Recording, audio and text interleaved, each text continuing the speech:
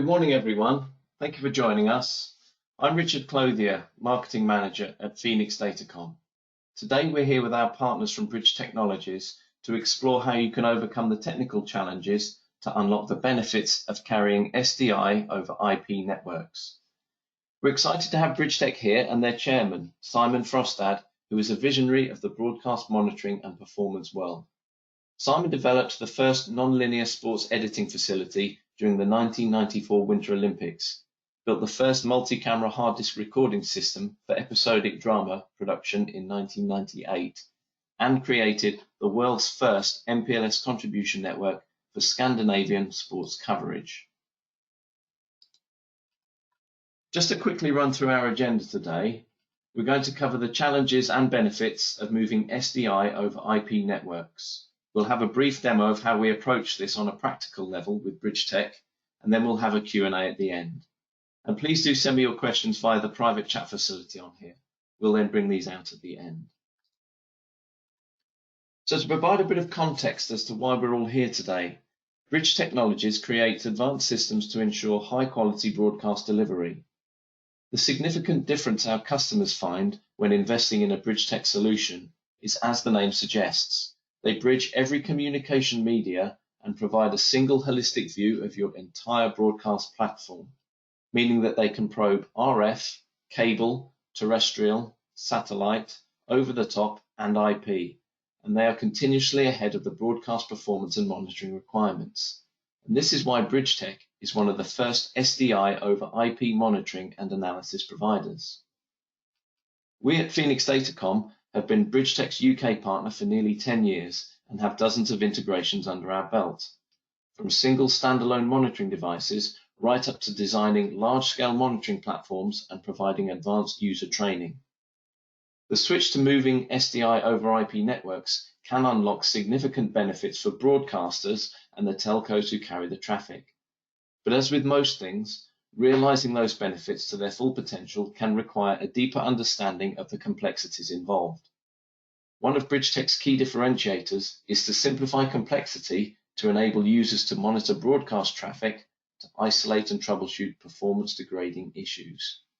And today, BridgeTech's chairman, Simen Frostad, is going to explore the benefits of carrying SDI over IP, the technical challenges involved, and how to overcome them. And so without any further ado, I'll hand over to Simen at BridgeTech. Thank you very much for that, Richard. What an introduction. Holy Moses. I really hope that we'll all benefit from that and see how far my expertise can take you. Yeah, no problem. Again, so let's go and start with the good stuff. I'm opening up my presentation and sharing that one to you. And good morning. The weather here in Oslo is dark, grey and rainy, so you shouldn't envy us. Basically, our summer has been pretty wet, but we are here from the HQ, and as Richard said, we are now a 16-year-old company, and we have very, very close to 1 billion people protected by our systems worldwide. We're deployed in over 94 countries, and we do, of course, monitoring and analytics. We've funded in 2004, and the key thing is that we started shipping probes from the first, it's called VB10, the portable probe, which basically was a device you can connect to your 100 megabit ports and then analyze the signal flow, but then signal flow on broadcast terms. So you basically could see your individual services in contrary to seeing just data, because data flows are quite meaningless in the broadcast realm, because you want to see your individual media flows so that you can actually see how those flows fares on the network. So that was the key thing. Now, of course, we're talking about a product that has dual 100 gigabit ports, which is a step up from the 100 megs, basically 16 years ago. So that's the key thing. And just a brief one on the name, because the key thing with the name is, of course, that we are trying to bridge the broadcast and the telecommunications worlds. And both those industries have very, very stringent and high demands of great engineering. But the problem is, of course, that they don't have the same lingo. They kind of talk about the same things, but not with the same expressions. There are different standards to adhere to. So they have quite a difficulty connecting to each other when it comes to issues. And our goal was to provide them an ability for telecommunication engineers to understand what broadcasters really meant when they said that we have, you know, some slight trouble on a signal path, and be able then to put it in terms that telecommunications engineers was satisfied and could even understand. And also the same with the broadcast engineers, because telecommunications deals with a lot of other types of detail than the broadcast signal, and there's a lot of different expressions. So we wanted to make the flow of media understandable, how it actually looks on the network. And that is the key challenge. And from that came the famous or infamous media window, which then visualizes this, because as Richard says, the main purpose here is to try to simplify the understanding of very, very complex behaviorisms in the network, especially packet-based networks. And let's go to the core of this. What is, you know, packet-based networks, and what is there to measure? Well, it is jitter, and jitter is the #1 culprit of any kind of problem you have in a packet-based non-synchronous network. Because again, if you basically starts having jitter, that will affect the different queuing mechanisms in the network switches or routers, so that in the end, if those queues basically fills up, if those buffers are filling up to the brim, the only other thing that it will do when that the brim gets you know, closer to the edge is basically to drop packets. So jitter is the #1 cause of dropped packets, in addition to faulty wiring and errors on interfaces.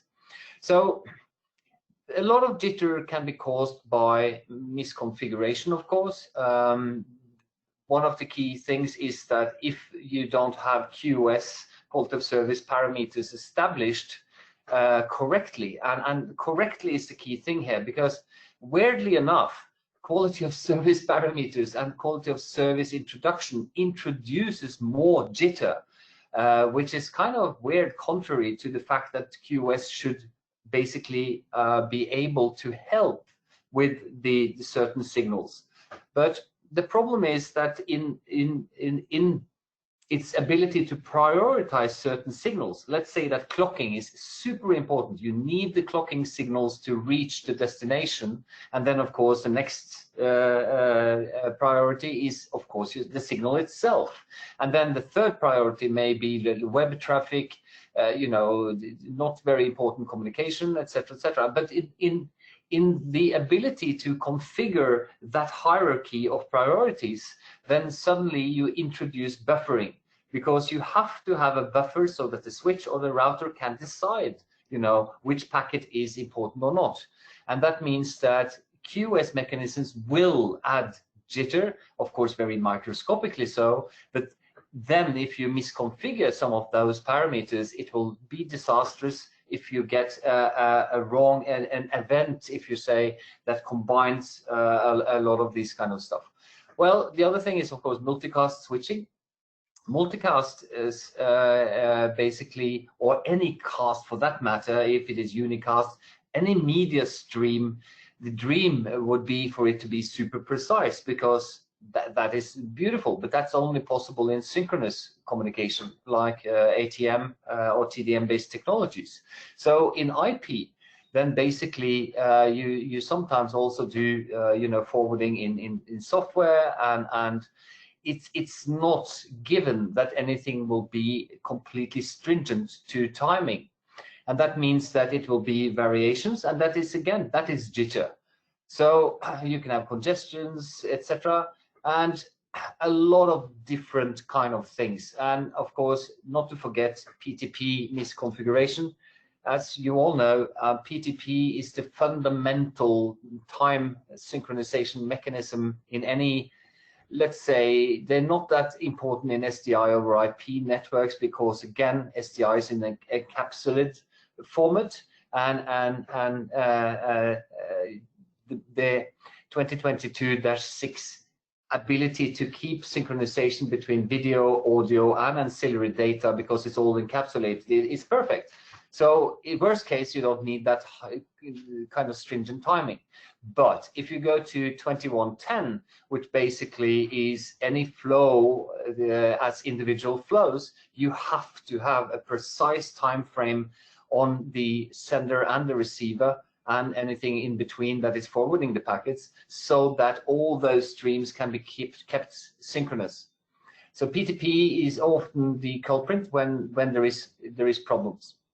And of course, we have a lot of different things, and you can all read the list basically of what's happening or what can cause packet drops. It's an infinite ability for the network to kind of screw up, if you like. And all those things are very nice to be able to understand and to see in no uncertain terms, so that one can determine what is causing the problem, and what is the problem basically a network problem, or is the problem a broadcast problem. And that's why I want to go back to my former slide, because that's one of the key things you want to do as a service provider, or as a telecom operator, or as a broadcaster. You want to find out very, very fast, is the problem with the signal caused by some faulty equipment in the broadcast station, or is the problem with the signal caused by the transportation network? And we started our careers in this by doing long distribution, if you like. And distribution is then typically from the broadcast center to a head end, and then outward to the physical users.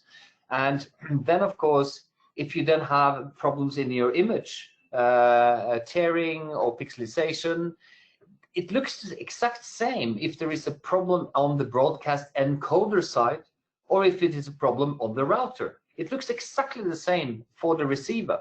So one of the challenges is to be able to very, very fast determine, is this a transportation problem, or is this actually a broadcast device problem? So that is the key purpose. I talked about jitter, and let's talk a little more about jitter, because it's so important. It's the main, again, culprit, and also it is easy to use jitter as the mechanism to actually take the pulse, if you like, on the signal health. And the key thing there is that jitter is the measurement between basically packets. It's the packet gap. And the packet gap in a fantastic theoretical world will be exactly synchronous, as you see on the top graph here. That is of course in a dream scenario, and the real world is not that fantastic. So typically you will have variance in gaps between packets. Those variants are very, very small, and when you get into SDI and 2110 uncompressed video, which has packet flows that is 1.5–3 gigabits per flow in standard high definition, or if you go to 4K signals, you have more than 10 gigabits per flow, then obviously that gap between packets is very, very narrow. It's only a couple of microseconds. And that means that small variations will cause something which I heard a great expression from a good friend of mine, which call it machine gun packets. And if you then have, let's say, a delay in the forwarding of packets by any kind of reason, which I talked about earlier, then suddenly to catch up, you have to machine gun packets. And when you have very, very small buffers, because we don't want buffers actually, we want the lowest latency possible, then you fill those buffers very, very fast if you then have a congestion, which is then again dealt with by forwarding packets very, very fast. And that is why, again, keeping measure of the inter-arrival time is so critical. The other thing is, of course, that you can have a loss of packets, which again will screw up some of the delivery mechanisms. In both 2022-6 SDI and in 2110 uncompressed flow-based systems, you have an RTP counter, so that you have actually a mechanism to understand if there are lost packets within basically the transmission. But again, it will be something that you need to keep track of, basically. And here comes the one early way that we did to keep track of this. This is the original media window. Remember that we constructed the media window in 2005. And if you all remember where the web kind of technology was in 2005, this is pretty astonishing, to be honest, because we didn't really have the World Wide Web as we see it today with the graphical capabilities. But we chose to use the HTML graphical user interface because, again, you can do all these things remote. And that's the second kind of important thing I'm going to talk about today, because everything that we do is remotely accessible, so that you can be anywhere and basically see in real time the behavior of the network from anywhere. So this is basically the media window as it started out. There is two axes. It's then divided by this black line in between here, and then it goes upward, which is basically the jitter values, and then it goes downward, which is the media loss rate. And the media loss rate basically is calculated either by the RTP counter, which tells us that there is packets missing, or the continuity counter if basically things are encapsulated. And both of these counters will tell you when there is physicality of drop packets, but also the extreme increase in jitter is a good indicator that something basically is going on here. Then I'll go and shift to a different screen and actually go and show you how this thing looks in 2020. And let's see, and here we go. So this is basically a bit more advanced type of a media window. I'll actually use this one because it's got errors, and errors is a lot more interesting to talk about than perfect signals. As you can see here, this kind of moves very slowly. This is the same media window as I had an example of, but in a bit more HTML5 based kind of design.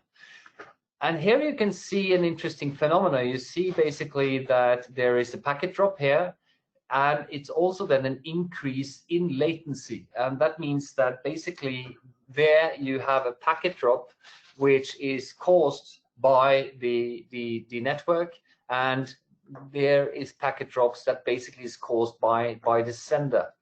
So, and you can see here that this thing is pretty, let's say, we are measuring in microseconds. So the maximum jitter value you have here is about 12 microseconds. The rest of the signal is pretty nice. It's about 9 microseconds, which basically is perfect within the specification of a signal. Just to make sure that everybody knows what we're measuring IP based 2110 signal, which is 1080 p50. So it's a progressive signal. It's 2.18 gigabits. That's single flow, and it's got, of course, some audio, and it's got some ancillary data as well. And because we are running under a protected system, we have both a primary and a secondary feed, basically, so that you also have the 2022-7 protection. But the key thing with looking at the media window is that this gives you the absolute maximum value of the current signal. And as you can see, this is pretty flat. And even this one, which is probably going out to 15 microseconds, that is not a problem. It's when you start having values that goes on the maximum, like 40, 50 microseconds, that's where you should worry. So this one is very nice. You will have some small fragments, but that's not really going to cause you any issues. Since we are on a demonstration system, I know exactly why these errors are here. It's because we have a faulty optical interface. So I know already what the cause of the errors are. So we will not get any more values than this basically on that. And basically, you can also see that under that media window, you have something which is, it's a moving histogram actually. This tells you exactly how the packets flow. So this is the packets in real time. The media window is displaying the maximum value, which is very, very easy to discern so that it's understandable what is, you know, when you have problems. But here you can see the individual types of packets. And as you can see, white denounces actually the majority of the packets. So the more luminant the packet is, the more packets at that specific value. And you can see that most of the packets is about 3 microseconds, and then you have another burst about 8 microseconds where the majority of the packets are, and then you have, of course, packets in between, etc. And this is caused by the sender's inability to send every single packet at the same time, because the window is more, it's more like a window. It's between 2 microseconds and 9 microseconds, and within that window, every single packet in that 2.18 gigabit signal is basically sent, which is great. That is a good sender, and all this is pretty nice. But the reason you have both is, again, to be able to comprehensively understand how the packets are flowing on your network. I can switch to a different kind of flow diagram, which is, again, this is correlating the two signals together so that you can see the primary video source and the secondary. These are two separate networks. This actually coming from the sender, so that if one network would fail, that's not a problem, because it will just start grabbing the packets from the other network, and everything is hunky-dory. And as you can see here, we have an erroneous packet on the secondary network, another one coming there, but nothing is influencing the ability of the receiver to actually have a good picture, because you still have the primary, which is perfect, basically, and it will then fill out any kind of packet which is erroneous on the secondary with packets from the primary. So this stream is very well protected. Everything is very fine. This is exactly how it should be. And here you can see something which is of interest, because I jumped straight to the -7 protection here. That is the path differential. And this is the skew, if you like, between the two flows. Because if the flows are aligned on these two networks, that's fine. Then everything is hunky-dory. Because if one of the flows fail, then suddenly you can just pick packets from the other flow. That's not a problem. But if the flows are skewed and suddenly you lose one part of the network, well, you can't pick packets because it's not the same packet at the same time. So that means that you will then have loss. So keeping track of that path differential is, of course, pretty important. Of course, I diverted straight into -7. I didn't actually mean to do that this early. But an IP-based network is always designed in production terms with that kind of redundancy, because, again, it will help you recover from serious types of losses. But the nice thing with this display is also that it's a bit bigger. You can see exactly the microsecond disparity that I talked about. Majority here about 3 microseconds, more majority about 8 microseconds, and all the packets in between. And then you can see some packets which is basically pretty off. This one is about 11 microseconds, etc. Still pretty much within the specification, but something to worry about if you have a lot of hits where you have a lot of single packets or multiple packets, which is outside of the majority. That is something that will point you to a potential network problem, which may get worse. Because again, the quality of service mechanisms and that you also run a lot of traffic on the same circuit will have an impact on how the network will forward the packets. Because again, remember that there is a finite number of packets that the network can forward. And if you surpass that ability, it will introduce packet loss, basically. So that's basically the ability to see the packets. But then again, the media window is the key element of understanding how packets behave in that network. Other tools which helps the engineer on both sides, because this is very telecommunications focused, because this is how it actually looks on the switch, on the network, in the interfaces. So this is very, very nice to be able to go and fault find the transport. But then again, you have to also be able to understand how the physicality of the video behaves on that. So we also built in tools for that, so that you can actually also follow how those things, let's say, affect the image. But we'll keep on the network thing, because we got some more kind of things. So what do you do if you suddenly then have errors, and it's very, very difficult to find out what is causing the errors? If you tried everything and people swear to you that the switch configuration is perfect, there's nothing got to do with that. Well, we also have the ability, of course, to do a PCAP. And a PCAP is the kind of piece where you can actually create a file which is a capture of the physical stream and all the elements, so you can go offline and actually go deep into the physicality of every individual packet to see what is potentially causing a blockage, or something that will cause the switch or the router to pause, if you like. So this gives a lot of detail, and also it gives physical evidence that if you are struggling with some of these problems, and specific vendors will claim that, you know, no, this is not ours device causing this problem. Well, take a PCAP and then you have proof positive.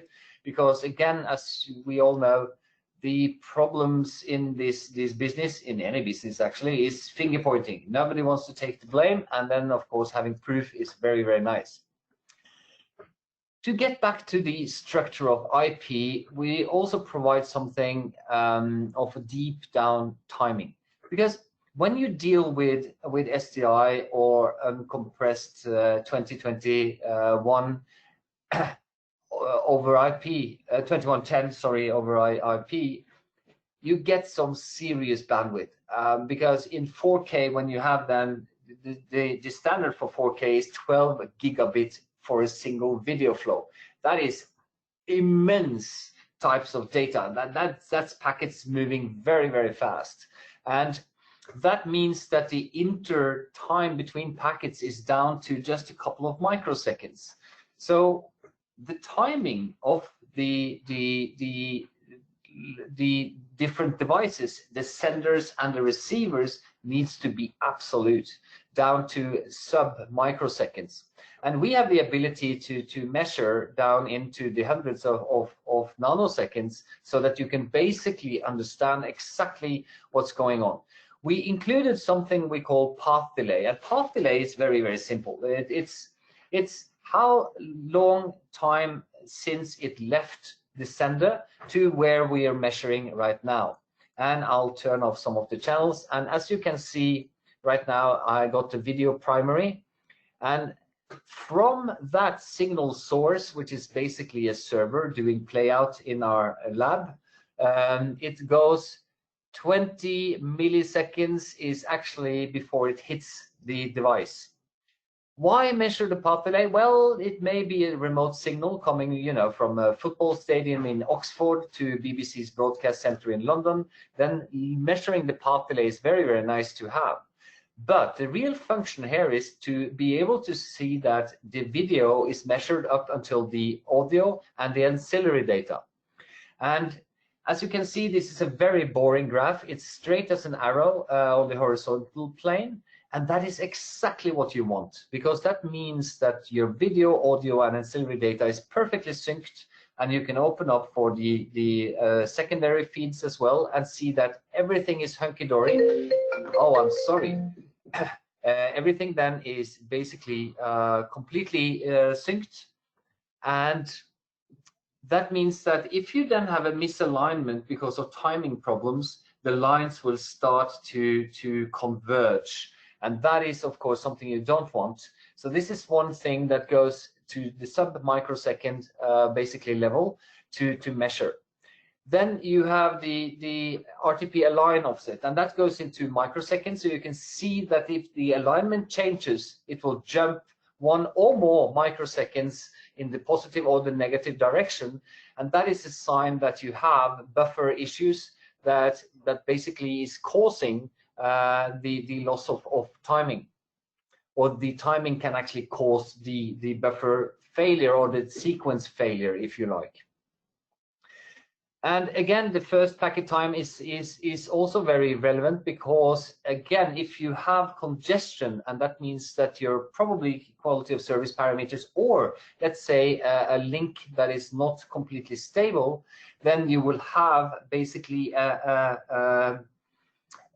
you will have the arrival of the first packets being slightly different. You'll see it in that it starts wiggling, and that's a sure indicator that basically there is something going on with the network circuit feeding that receiver that we actually are looking at.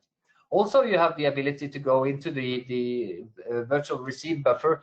That is something that a lot of people need, because in a perfect world where you have broadcast equipment like let's say cameras, they will then to have the basically image into the sensor. There is some electronics doing some structure and some corrections, and then it will output directly from the camera onto an IP signal, like the newest Grass Valley cameras do.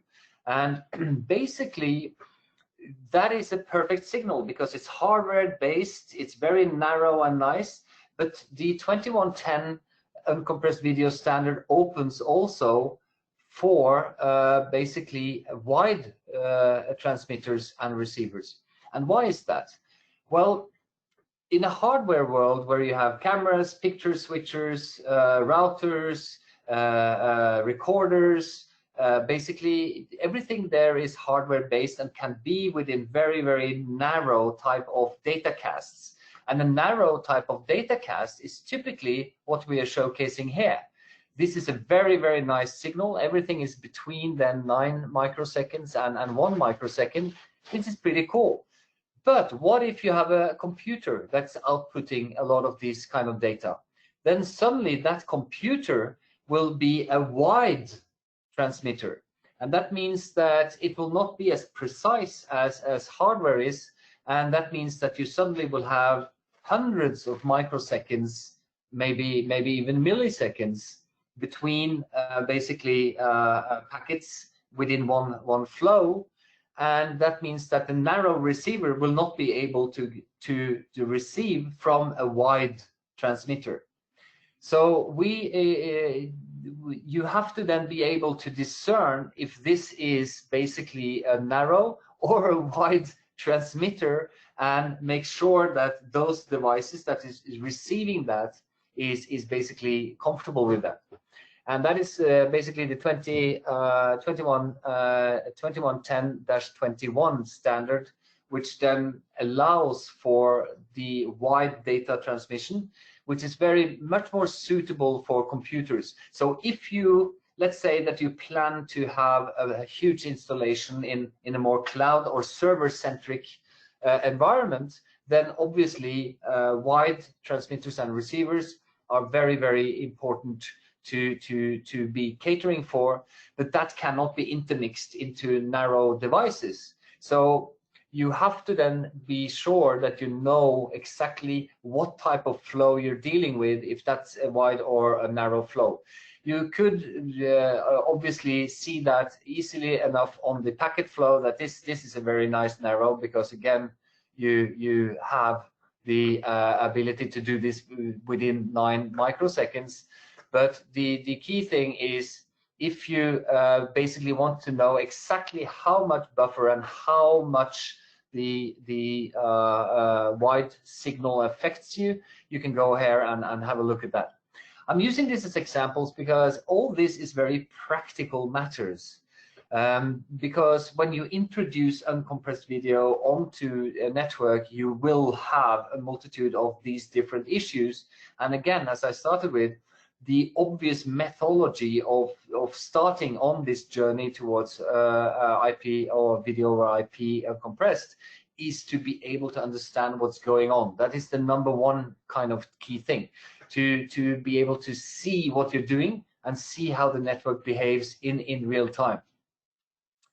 I'm very sorry, Richard. I seem to be overflowing on my time, basically.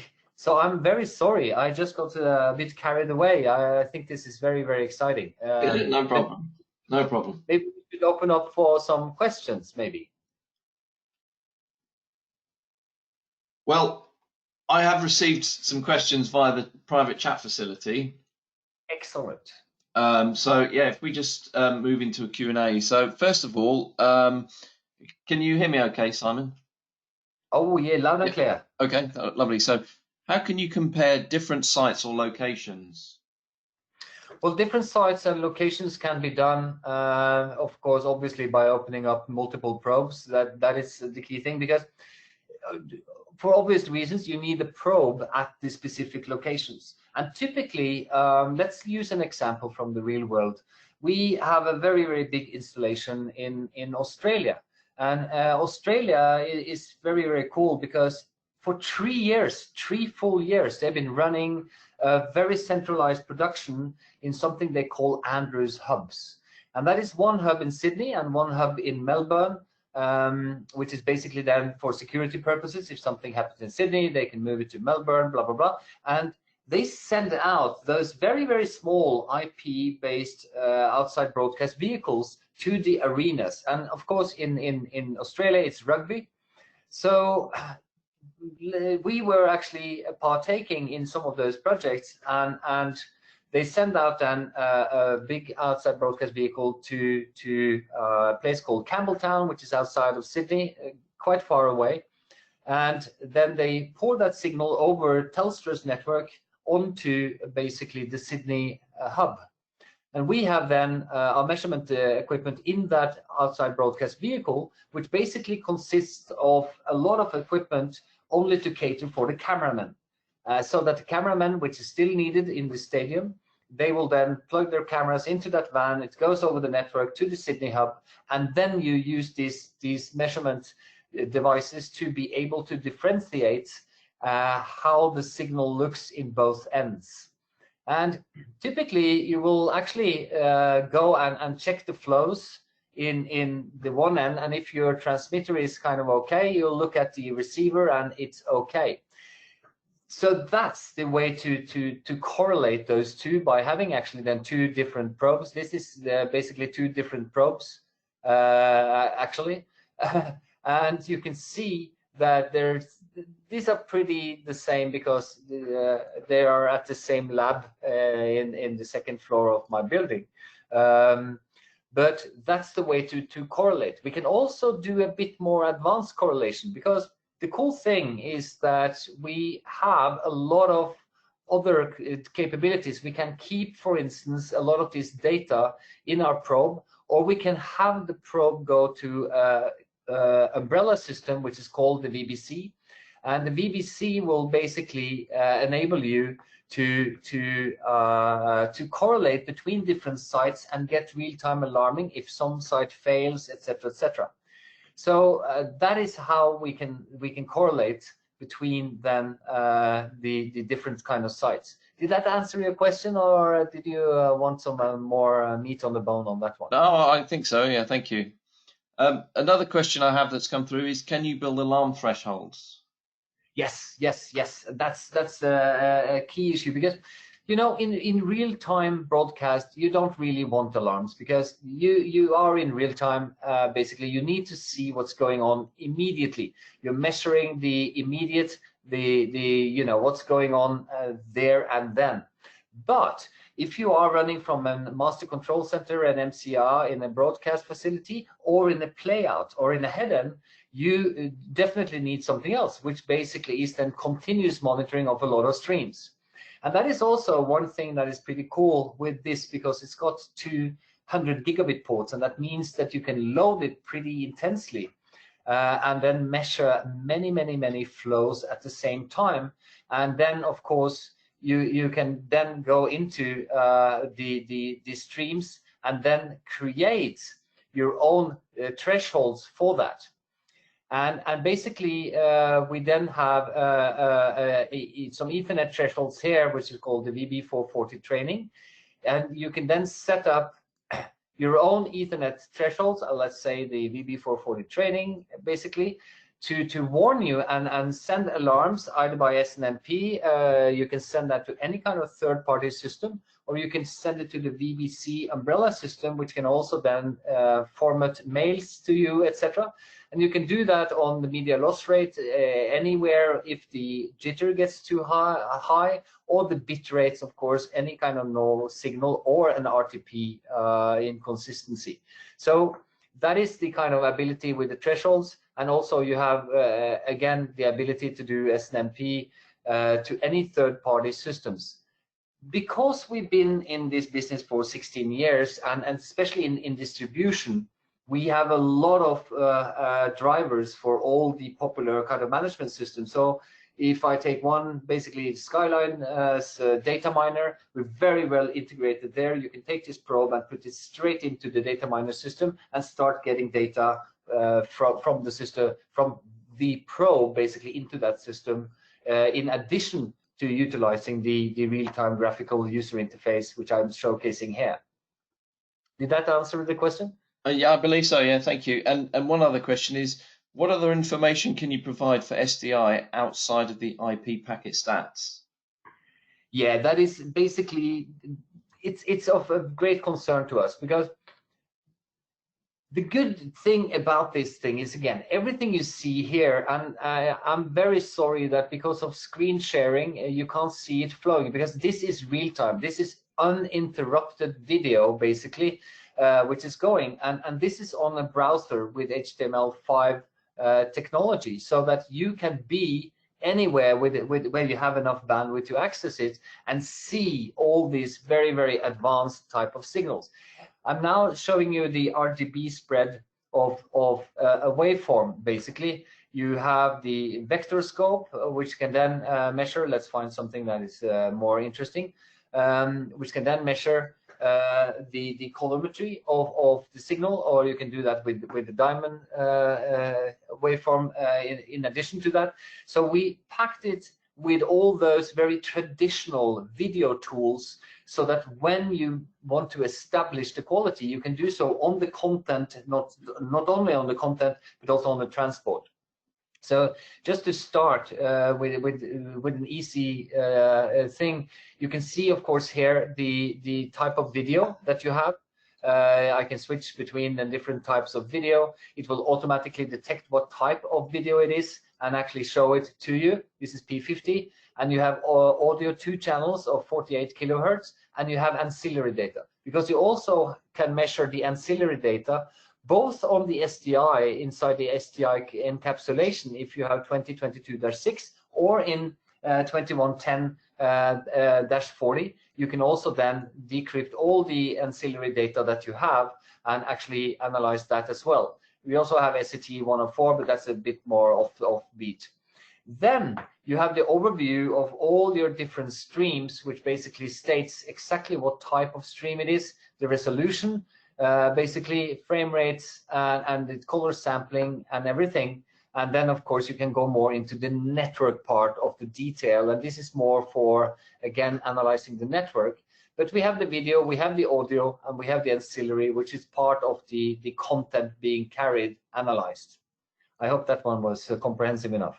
Yeah, no, I think so. I think so. Well, thank you very much. I don't have any more questions that have come through. So I think on that basis, if I just grab the screen again, and let me just go here. So I think, unless anybody else has any questions that they would like to voice over the webinar, I think that covers everything that I've received on here.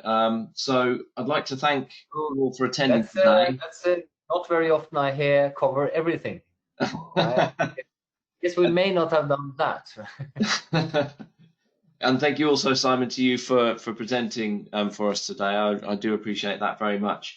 And just to let everybody know, your Phoenix Datacom account manager will be in contact with you very shortly to see if you have any further questions at all. But do feel free to contact us in the meantime using all the contact details there on screen. So unless there's anything else, I'd like to thank you all again for joining us, and we will see you next time. Thank you.